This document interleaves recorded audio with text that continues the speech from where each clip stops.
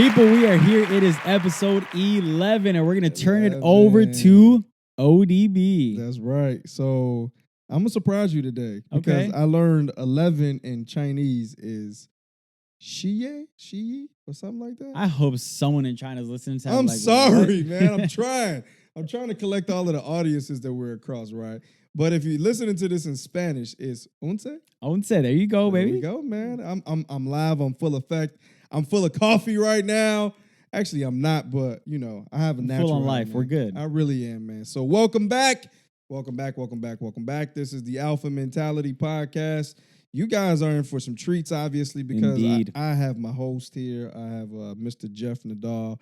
I'm ODB, a.k.a. Otis Berg. Go ahead and look us up on all of those social media platforms, from YouTube to what's the other one? Spotify, Instagram. You can find us by our names or the Nadals or anything like that. Hey, we just want to be able to be a part of your life. Is that cool? How you feel about that? That's all I want to do. Hey, you guys should follow this guy on Instagram, him and his wife. They're freaking hilarious. We'll make you guys laugh. They are, man. So wherever you put the names at, right, it's going to be here. Yeah, we'll make it drop right there for you guys. We're going to drop it. The Nadals, right? Is it like the underscore? The Nadals, that's it. Yeah, man. Find us real quick. I'm pretty fired up, brother.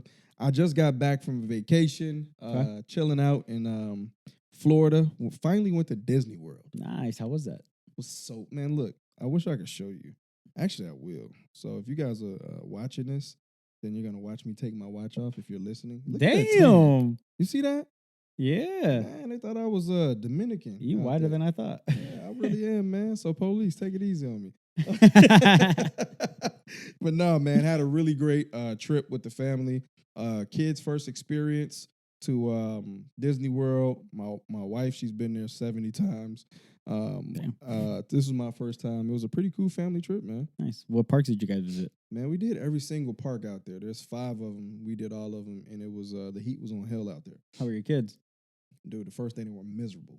Why? They were because they don't have an alpha mentality. Oh, okay. I feel like make them listen to the podcast. Yeah, I'm gonna try. You know what? Let me tell you something. Like on a different note. So everybody listening to this, right? My kids now, I'm their superhero. In fact, let me give you a proof of it. Yesterday, I pick my daughter from school every day, most days, and we're going to the playground, and she brings this little girl over there, and she says, "Dad, she listens to your podcast." And I said, "What?" She says, "Yeah, you're a celebrity. You're on YouTube." And I said, "Really?" And she says, "Oh, I like your podcast so much. Can I have your autograph?" Little kid, she was probably like 7, 8, maybe 9 years old. But I was just like, man, if this is the beginning of stardom, this is what I like right here, man. Kids. So that's cool. It was cool, man. It was cool. It was fun. Lots of love. Countries are building in terms of our outreach. Yeah. How many we at now? Past 250, if I'm not mistaken. Really? Mm-hmm. Wow. So we get stats and stuff from the downloads. So listen, just all in short, and I promise you we could probably make a whole podcast on thank you. But thank you for the love. Thank you for the listens, for the downloads, all of the comments. It's overwhelming for me. What about you? It really is. I mean, my following's grown a lot because of the podcast. Yeah. It's been pretty wild. A lot of people literally tell me, "Oh, hey, I've listened to your podcast. I like it." Or you get those random texts like, "Hey, I'm catching up right now." Cool, man. Keep catching up. Like, "Hey, I'm on episode 6. I'm on episode 8." I was like, "Cool, man. It's all love. I'll take it." Yeah. So please keep inflating his numbers on social media. Please. This guy has like 2.8 million that he's reached here in the last, how long was it? 30 days? I think less, like 3 weeks. Look at him being so damn modest over here. Look at him being so modest. Great. It's my wife. She's hot. I have some guys that kind of reach out. I was like, "Oh, she a baddie though." Hey, bro, watch yourself. Crenshaw and Slauson, what up? She behind the camera, y'all. Y'all say what's up to Liz over there, right? I'm waving at her. So today we got some stuff to talk about, just discussion. And I think it's always appropriate, but when you have a hiatus of anything, I was just asked this just recently. Whenever my business, I take time off from my business. How do I establish momentum? And the conversation just basically led into what we're going to talk about today, which is work ethic. When you establish that, man, it's just so easy. I was going for 7 days, came back.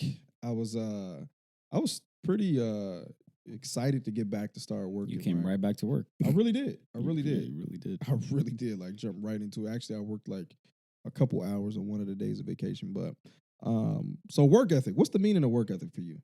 Work. I mean, it applies to a lot of things. I think when I think of work ethic, I think of certain people in my life. My dad had a great work ethic, right? I think of someone that has a determination to work. I mean, I think the easier way is to kind of how would you break up work ethic? Well, let's think about work. What does work mean to me? I think of work as something that needs to be done and has a means to an end. Yeah. Right? You're not just working for no reason. So then when you break that up, I mean, what's ethic to you? I think ethic is so you have to draw back on ethic because ethic is pretty abstract. So ethic basically is a set of like morals, right? Like Okay. personal standards. We all have different ethics, like if you work at a job, there's a code of ethics. I can't even talk today. It's a tongue twister for sure. It is. But simply put, I think that morals is what is not acceptable to you. So I think that ties in very closely to ethic. And then, one of the things that is pretty interesting is we're talking about work ethic. But have you heard when people say, do you work hard or you hardly work? Yeah, all the time. Is there a difference in that for you? Yes. In what way? Well, I mean, do you work? I mean, some people work aimlessly, right? They're just kind of working, and there's other people that you're purposeful when you work. And I think we're going to kind of dive into that a little bit, at least for me personally, in terms of what the ethics standard actually is. Because, like you mentioned, an ethic is a standard; it's a moral that you live by. Everyone's ethics are different. True. So you're going to get very different work styles. Like, hey, his work ethic isn't going to be as strong as this one. And we always heard that saying, right? Oh, such and such has an amazing work ethic. Okay, well, why don't they say that about everyone? Because it doesn't apply to everyone. Okay. So is it cut and dry, just like you have a work ethic or you don't? Or is or is work ethic something you can achieve or improve? Well, I think it is kind of cut and dry in the sense that it's either you have a good work ethic, it could be bad, it could be mediocre. You can scale it. I think it's not. You can't just define work ethic as the all-encompassing. This is what it is. There's layers to it, like everything else. You True. can improve your work ethic. We've heard that saying. True. So I think for the audience, I think just to take a quick, put a pin in it is. Work ethic is something that obviously allows you to obtain levels of success. And depending on how you implement that, maybe from a mental standpoint, maybe a physical standpoint, your work ethic is going to be everything. In fact, we know a lot of great athletes by the work that they put in. Yeah. But we also, the nameless athletes, we don't know them because of the work that they don't put in. Bingo. Or the businessman. Our industry happens to be competitive. Yeah. You never hear of the names who don't put in work. Right. You always hear about the people who do put in work, and it's kind of something that describes them, right? So, right. So I don't know what if you're listening to this, I don't know what your standard is on work ethic or what system or what you stand for. I don't know your mission. I don't know how big or tall it is or how far your vision is. But I do know that work ethic will allow you to leave a legacy. Yep. It'll allow you to leave an imprint, so to say, on anything that you do. So I think one of the things, not one of the things, we'll be discussing many things, but in terms of work ethic, I want to really just kind of hang in there because, whether you're trying to, work harder in the gym, maybe you're working harder at the job or your business or anything that, in life. I think there's a couple things that just kind of come to mind. Yep. So let me kick it off like this.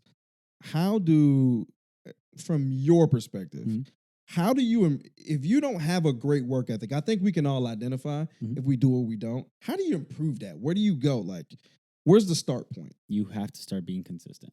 To me, that's if you aren't consistent, you can't have a good work ethic. Your work ethic sucks, point blank, right? So I think about this. You start doing one little thing consistently to improve your work ethic. I don't know. You wake up an hour early so you can get an extra couple calls in the morning, right? You get your workout in the morning. That's gonna build your work ethic. Now, keep in mind, guys, when we talk about work ethic, that can be working out. That can be in your business. That can be the way you parent. Like those are all different things. And as long as you're consistent in certain areas, it's going to show and you're going to improve. So I think starting to become consistent is one way that you can improve your work ethic tremendously. Okay, I like consistency. And I think that that's one, if you're listening to this, that you could absolutely understand. Okay. Consistency is the breakfast of champions, is always mentioned. And if you haven't heard that, then I said it. Okay. Put it on a shirt. I said it. But so let me give you this. Let me give you this point of view, because consistency is obvious. You know, if you're formulating a creative player of, you know, the best version of yourself, you're obviously going to add a dash of this, that, and then consistency, right? Mm-hmm. But here's something that I think people miss and they lack is predictability. What do you And mean by that? let me explain that, because so coming back from vacation, I have a certain way of doing things. So like the preparation of my work ethic is built in predictability. So let me explain. So I wake up in the morning, I do certain things, and I don't mean the consistency of it. I mean the way that I show up at the same time, the way that I can show up in the same things that I do. You know, I listened to this book from this is like 13th century. His name was Attila the Hun, and he said, "Do the same thing every day and shut up about the results." Hmm.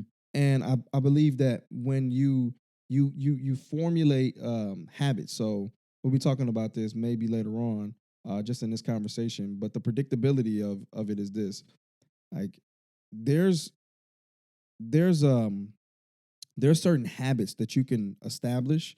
So waking up in the morning, you eat toast or you eat eggs or whatever, and then you go off to your workout. Mm-hmm. I think that if as you build on these habits over time, what happens is that, you know, these things have become like a, what do you call it? Callous. That I heard you say that earlier. Callous in your mind. They become calloused in your mind. So your business can be predictable. Your life can be predictable.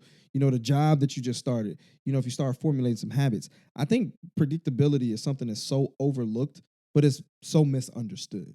So, okay, let me give you an example of just to see if I really understand what you're saying. So, being predictable, right? So, if I looked at my calendar every day, there are certain events that they don't move from my calendar. Like Absolutely. the workout at 5 a.m. Like you're talking about something like that. Absolutely. It's pretty predictable. Yeah. I Okay. mean, so give you this, right? So for me, I have like an internal clock every day that goes off. It says like a rooster just jumps off. Maybe at the top of each hour, something goes off in my head and says basically do inventory.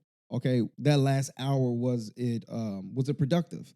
And how I determine if it was productive.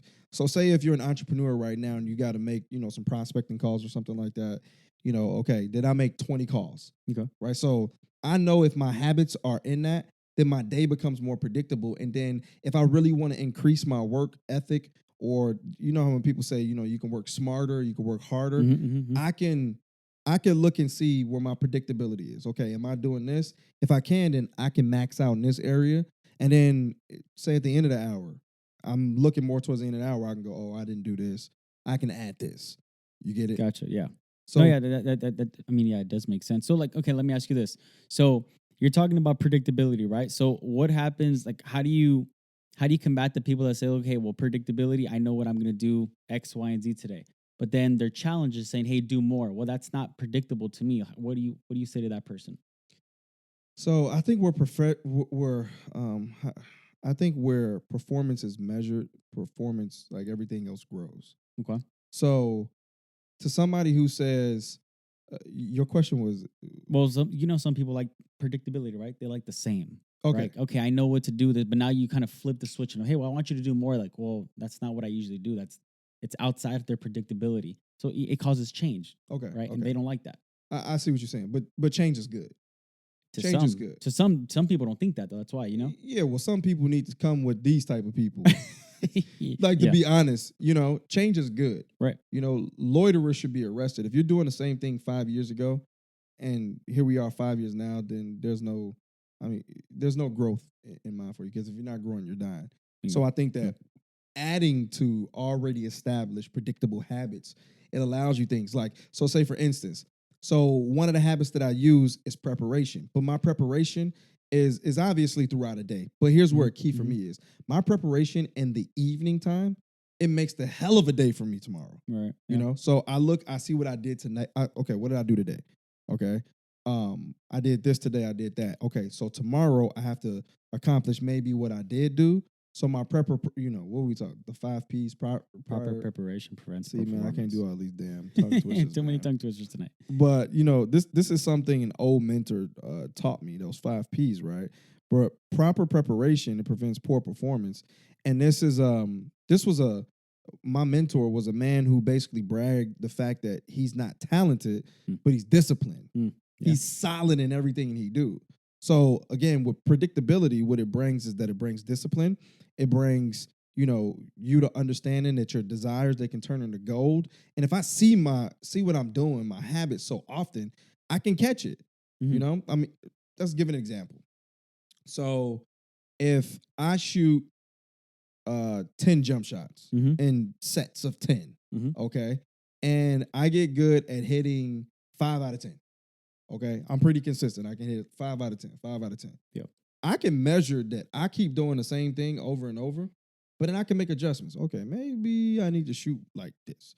Maybe I need to bend my knees more a Mhm. little bit. So translation in business. Okay, I'm getting the same amount of results. Okay, but how do I get more out of those results? Because I become more efficient. Right. I even do that as a parent. So again, what helps me is being predictable. Obviously, what you said, consistency, but also preparation is pretty big. So It's funny because right now you kind of give the jump shot example, right? And you said 5 out of 10. So obviously that's not 10 out of 10. So I think one thing we kind of have to mention is you got to learn when you're trying to improve on your work ethic. You need to drop this idea that it has to be perfect, right? Would oh, you for agree? sure, man. You know what? Perfection is an insecurity in disguise. Mm. It is. Perfection is, if you wait until things are right to do it, Mm. you'll never get anything accomplished. I mean, think Agreed. about it, right? Everything that we've done up until this point in life, I mean, even this podcast, come on now. We could have got, oh, Jeff, let's make sure we get the right camera work. Mhm. Oh, Jeff, let's make sure we get the right audio. Yeah. Man, we have to have the right clarity on our videos. Oh, let's go buy this. Let's get the whatever this thing is called. Let's go buy Yeah. a 10 channel. We could have literally kept procrastinating it until Absolutely. we felt like, oh, now it's right. You know what? Man, it's so crazy that we talk about this, but like I'm reading David Goggins' book right now, right? Yeah. And one of the things I heard today him say was, the nation that we live in is always procrastinating. It's always procrastination. We're always waiting for things to be right. Things yeah. have to be right. Things are never going to be right. No. Sometimes you just have to do it and just get it done. It's just that simple. But if we keep telling ourselves certain things, your mind is the biggest obstacle that you will always face. For sure. I'm about to get real passionate on this because I come across so many people who want more, Mhm. but they have this analytical approach to things. Mhm. Walking and chewing bubble gum. Right. You think about the car that you drove. If this case ran true that you had to wait to do everything, like you had to learn everything first to just do it, I want you to think about the car that you drive. Right. You never get inside of the car and go, oh, let me pop open the owner's manual. Let me see how the transmission pumps with the pistons and the pistons to the ignition and, whatever all that car stuff is. You would never get anything done. What do we do, though? We get in a car. We drive. And we drive. We just freaking do it, right? Which kind of leads to an idea of do more, think less. Yeah. Like, okay, contradiction, because we talked about think and grow rich. That's a part of success. Mm-hmm. But it's the actual fact of just doing things, right? I'm going to put this on a shirt. I'm going to trademark this. I guess I ain't going to trademark because I'm going to say it now. I was like, oh, you're giving everyone the idea right now. But everybody listening to this, write this down. And just, it's simple. F it up fast. I think the F doesn't stand for fantastic. It stands for fudge. Yeah, fudge, right? Fudge and Furberries. But F it up fast. Just do more. You're gonna learn more. What's Michael Jackson? Michael Jordan say 100% of the shots that you don't take, 100% of shots you miss, you're gonna miss. Yeah. Right. So just do more. Gather more data. By the way, that's the only way you're gonna be able to learn is from trial and error. I mean, come on now. You learn more from the error. Yeah. How do you think a baby there's a baby when they start learning how to walk, they fall? Do they just say, you know what? Nah, I'm done with this walking thing because I keep falling? No, they just keep doing it. It's just like every other job in life. I mean, first time moms. You don't get a manual. Hey, here's the baby. Start being a mom, right? You get a new job. They don't tell you, all right. You get put through training, but most training is hands-on. All right, you're going to help this customer. Go ahead. We're going to kind of show you how to do it. You learn how to do things on the fly. We were always just kind of waiting. Like, imagine your boss tells you, hey, I need you to do this. No, I'm not ready. Well, dude, you better figure it out quick. Let's go. We got to make some money. So you have to learn how to do things on the fly, and that's change. That helps you grow. Yeah. Side note, this is where I really have a great appreciation for my wife because she knows that I'm the thinker and she probably shuts out most of my ideas. But I love you for that. But whenever there's a good idea, I know it doesn't matter what's going on. She'll subscribe to the now mentality. She'll go, okay, cool. Like she's a brain. She'll go, all right, okay. She'll pop open her computer. She's an Excel like genius. She'll, I'm old school. I like to write things down. Yeah, I need like pen and pad. It's just something about that feeling, right? You old, that's why. Yeah, it's like psychologically, somebody's gonna break that down for these young guys, right? But subscribing to the now mentality. So many people say they put it off until tomorrow. Yeah. You just need to get out of that. Do exactly opposite. If you get a good idea, do it. Yeah. Example. Listen to this. This is so crazy. When we first moved to California, we moved to Costa Mesa. We lived in these apartments that were, I think we were on the third floor, second floor. And one day we took the groceries upstairs and we used to have to take them in this, like the bin because it was just too much of a up and down the damn stairs. I mean, you have to make like 5 or 6 runs. And I said, you know what, man, how cool would it be to have a grocery delivery service? Do you know there's now an Instacart? Yeah. I'm so mad at myself because we've been talking about this for so long. By the way, this was back in 2011. We were just sick and tired of taking the groceries up and down, right? But, again, I have these conversations with a lot of my agents right now, and they have to have everything right. The work ethic isn't there. So what you lack in skill, you should make up in work ethic. Right. But the work ethic is all going to come from, hey, how fast can you do it right now? So what's your experience from doing it? Like, have you had any examples where you've delayed, you maybe waited, and then you didn't get that desirable result? And then you could look at something as small as, I took out the trash. By the way, I had that happen to me today. Almost missed a garbage man. But have you had any experience where you've seen both sides of the coin? I think I had the opposite, right? So I was actually going to talk about the whole do now mentality was when I quit teaching. Because I remember I was kind of flirting with my wife. We flirted with that idea for a while. We all knew it was my last year of teaching. We talked about it like, hey, this is going to be the last year. We're going to write it out. And I would always tell her, can I make it till summer? Can I make it till summer? And this is during this is in August, September when I'm just starting. I don't know if I can make it till summer, babe. I would literally be telling her, she's like, it's been 2 days. I was like, I don't know if I can make it. That's crazy. So finally, when I had my surgery in December, we're talking about it. I was like, maybe I don't go back. Maybe in February, February I'll quit. And then one day we're just chilling right there in January. I'm right here just relaxing with her. I think I took a couple of days off. I'm like, I just want to quit. And she's like, do it, screw it. I was like, you know what? Wrote the letter right there, sent it in. I was like, hey, I quit. You should tell the audience about that thing we talked about earlier. That story about the power of now, about your wife convincing you to come to one event. Yeah. And if you didn't come to that event, my life would be a little those different decisions, everything up until this point in the last 8 months, none of it would even exist. Yeah, no, you're very right. So, so the story he's kind of talking about, guys, is when my wife actually joined the financial industry, I was obviously a teacher. I supported her. I was like, hey, go do your thing. I'm proud. And there was this big event in December, right? She joined in November. There was this big event in December called the Wealth Bowl. And a lot of people on her team were telling, hey, you need to get your husband there, just get him there. And she's the one that forced me into surgery on my toe. So she's like, you need to get your surgery in December. And I was like, okay, I'll do it. I didn't want to get surgery, but I did it. And now she joins this financial industry, and I'm hearing her say, well, we got to go to Wealth Bowl in December. And I was like, but you put me through surgery. So that's the same week that I'm going to be recovering. I'll be a week out of surgery. I'm going to be in a wheelchair there. And she's like bugging me. She's like, come on, can we do it? And I'll be honest with you guys. I was getting pissed off because I'm like, oh my God, like, dude, you forced me through this. Now you're forcing me to do something else. And now I have to be at this new place, uncomfortable, in a wheelchair. Like, no, I don't want to do it. And, what I started realizing was that, one, I told her to join this, right? I told her, hey, do it. I'm proud of you. I support it. But then by me not going, I'm not really supporting. Right? Like, you can't say, hi, I support you 100%, but you're on your own. So I was like, you know what? Screw it. I got to suck it up. Like, I'll be there. I'll be in a wheelchair, whatever. We'll figure it out. I went. right? We got up at 4 a.m. We were only able to go for one day. It was a 4-day event. We went for one day. Woke up at, I think, 3 a.m., 4 a.m. on a Friday. We drove to Palm Springs. Yep. The event started at 8 a.m. Got there. We were chilling. Ended at what? 8, 9 p.m., give or take like that. We're back home at midnight. So we went and drove back. Completely changed my life. Joined in full time with her. 6 months in, got promoted, 4 times already? Something like that. Yep. Made half of my yearly teaching salary in that time.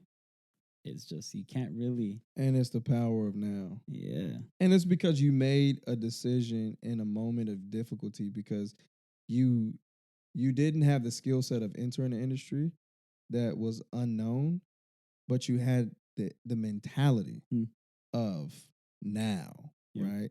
And now is something that I think that within the conversation that we're having right now about your work ethic and how to, I don't know, maybe have a perspective on where do you rate yourself right now? Yeah. Scale of 1 to 10. You're obviously not gonna rate your overall self as a 10, okay? Maybe you can in certain areas. Yeah. Maybe you're the best person at the numbers at your position. Maybe you're the best person at the negotiation. I don't know. But I want you to take a hard look right now. You're listening. Stop the tape. Give it a little bit of a pause and just think about it, right? Scale of 1 to 10. Where would you rate yourself in terms of your work ethic up until this point? Just through conversation. I mean, we talked about the power of now. We talked about being predictable. We talked about what else we talked about? Consistency. Yeah. Doing more, preparation. I mean, it's just some kind of pretty basic things that, again, the things that don't seem so jazzy, so to say, people overlook. Always. And they lose the fundamentals. Always. I mean, that's why the great ones stay great. They always say this, you stick to the fundamentals. If you practice the fundamentals are going to get you to where you want to go. And it's funny because David Goggins literally talks about an accountability mirror, right? That's the next point we're going to talk about because that's in my mind too. What you said about accountability. I think I know where you're going to go, but before you finish that, sorry to cut you off, but I think one of the things that when you have a work ethic or you have a high drive, a high motor you got around, people who are performing. Yeah. I think you need a running mate. Yeah. Yeah. A running mate. A running mate that's going to hold you accountable too, because a running mate doesn't let you BS yourself. Absolutely. They call you out on your stuff, and see, that's the thing though. You have to be able to accept that a running mate is, they can be your friend, but in reality, a running mate wants to see you win. A friend may let you live in the comfort zone. That's a true. running mate's going to keep pushing you out of the comfort zone, and sometimes it's going to be a little uncomfortable. Yep. You know what I love? I love people who work as hard as me. There's nothing like teammates like that. I have other brokers in different cities here in SoCal and even across the United States. And sometimes, they'll give me a call. Hey, man, what you got going on? Or, hey, man, I see the business is doing pretty good. Or, you kind of plateauing, or, things like that. And I love running mates. I love people to say, hey, give me more, right? And then once I get the more, then they say, give me more on top of that. A running mate is going to really help you. Think about when you go to the gym. Yeah. We get more done if we're working out at the gym than we do at home. And here's the reason why. We have invisible, nameless accountability partners, right? That gym is full of nothing but mirrors. Yeah. We're working in the mirror. We're looking at the good-looking chick in your mind. You're like, oh, yeah, okay. You're looking at the guy. You're like, man, damn, this dude's biceps are freaking like, dude, come on, man. Like, I got to give one more, right? So running mates, that's one thing that, again, to establish an increased work ethic, I think that if you're listening to this, I think right now you're absolutely agreeing with me. If you have a running mate, hey, do us a favor. Shout that person out. Or if you don't have one, I want you to shout the person out who you need to have as a running mate with you in life and business and faith and finance. I'm about to get fired up. You kind of slapped it in the face right there. No, it's absolutely the truth, man. Because if you don't have a running mate, I mean, what do you have? Who's going to hold you? Yeah, you can hold yourself accountable. And, there's very few people in this world that, motivate themselves, right? They always say, who motivates the motivator, right? Sometimes you got to be the person that motivates yourself. But you're not always going to be fired up, motivated every single part of the day. Hell no. You're going to need someone to tell you, hey, let's go. Come on. Don't be lazy. You got to figure it out.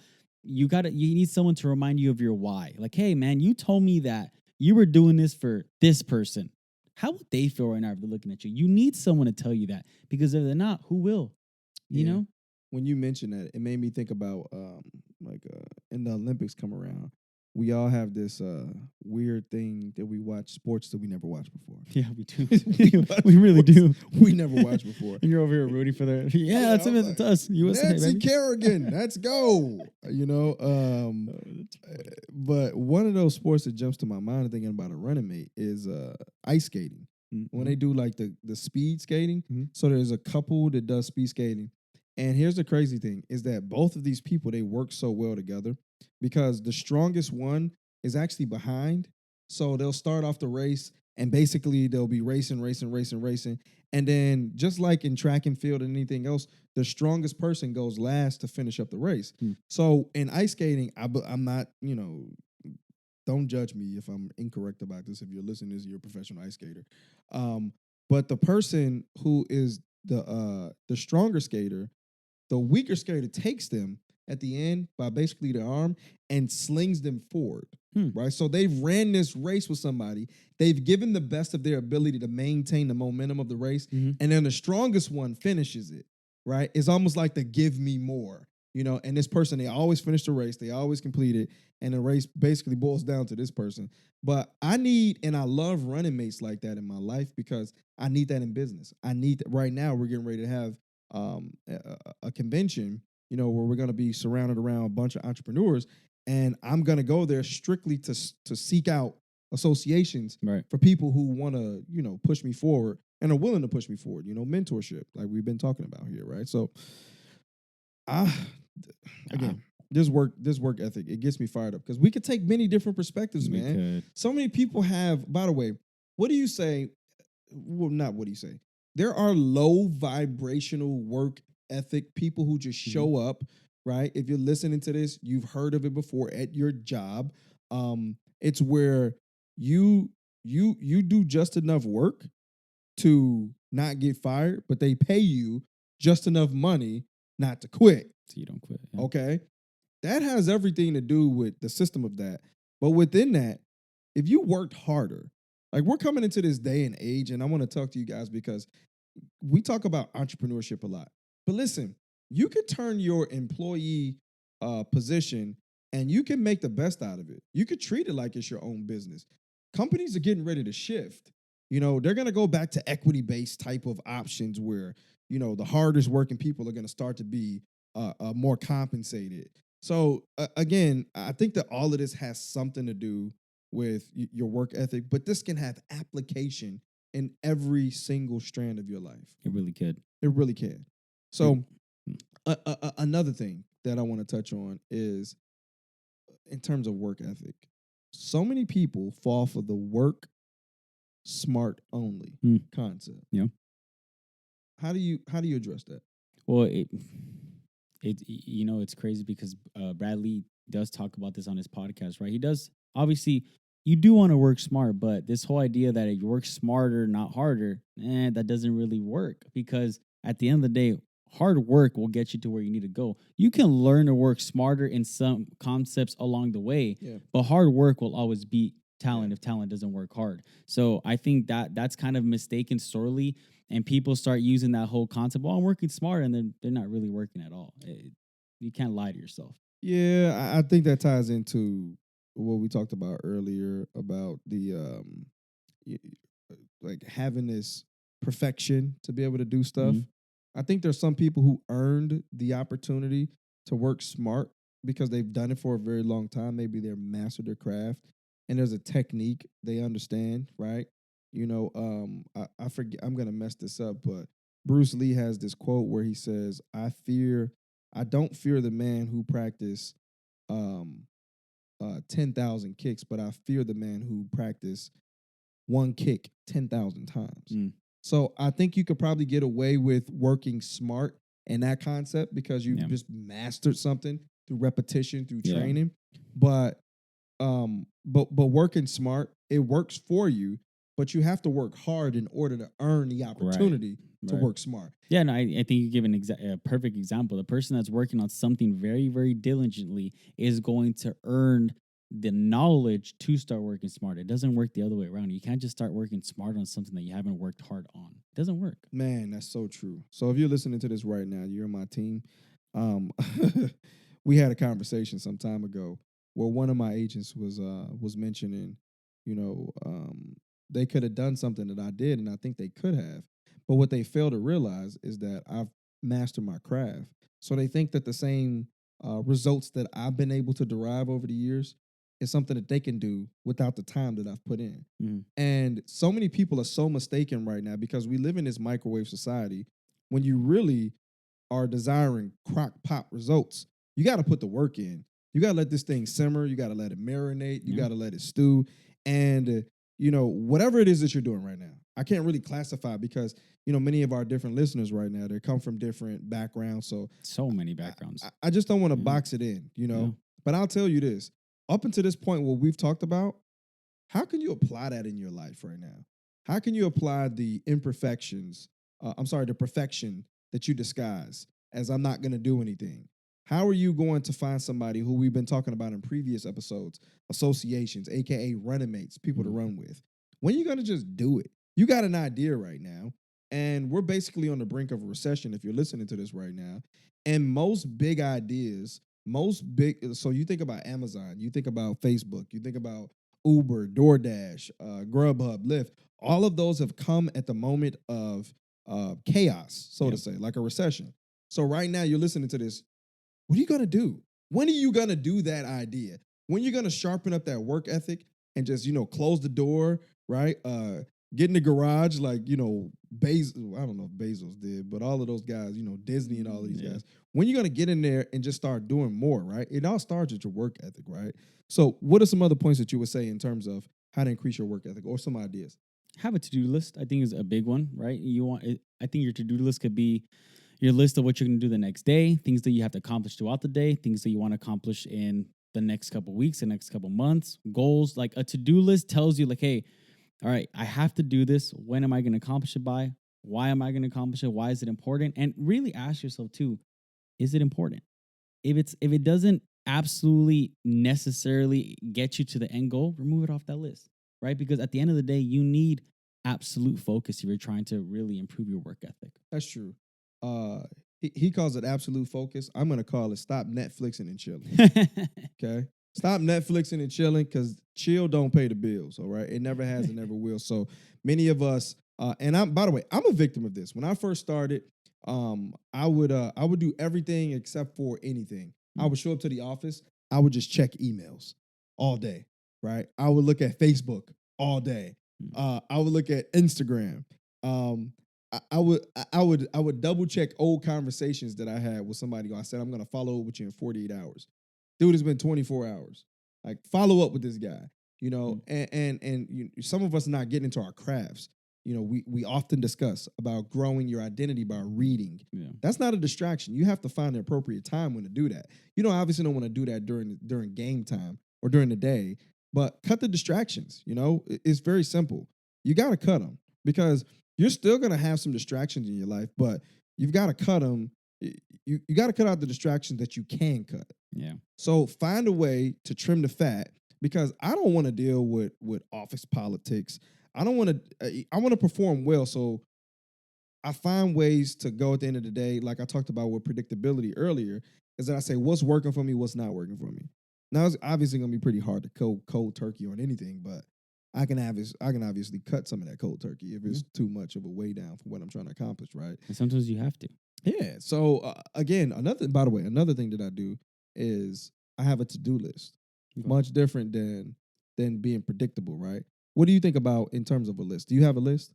Do you have what I want to accomplish? Yeah. I do have a list of what I want to accomplish. I mean, I kind of got it from Think and Grow Rich. Right? Okay. So it kind of just laid out for what I need to do by the end of this year. That's good. So, that's good. And I kind of obviously Think and Grow Rich. It tells you to read that to yourself every single day, so you know why you're going to do it, how you're going to do it, and you just want to become obsessed with it, right? So okay. So I'm thinking about that.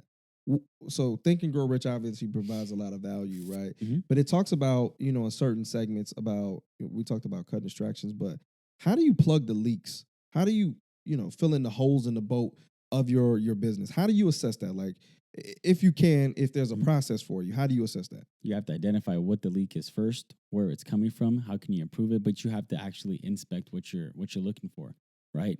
A lot of times when you become systematized and things are going kind of a certain way, you overlook the little things that got you to build the system. So if the system's kind of rolling about and you're starting to notice, like, hey, well, it's something slowing down. Well, something in that system, something in that transmission, something's not working the way it was at one point. Yeah. So you're gonna have to backtrack and start checking that to figure out what it is and then plug that hole. Like that. I like that. You definitely have to inspect what you expect, but more importantly, when you do that, there's a point in time where you start to see the things that are lean, and you also start to see the things that are fat, right? So Yeah. cutting the fat again is something that I think that is going to be maybe a landing point for us today, because cutting the fat, and I really want to park it here for a real reason, because a lot of us don't understand what that means. Cutting the fat is when you're letting go of work that you don't need to do, that somebody else can do. We were just talking the other day about reading the book, The E-Myth, and I was talking about systems, and I was talking about making sure that you're not doing work that doesn't take too much time of what you're trying to accomplish, right?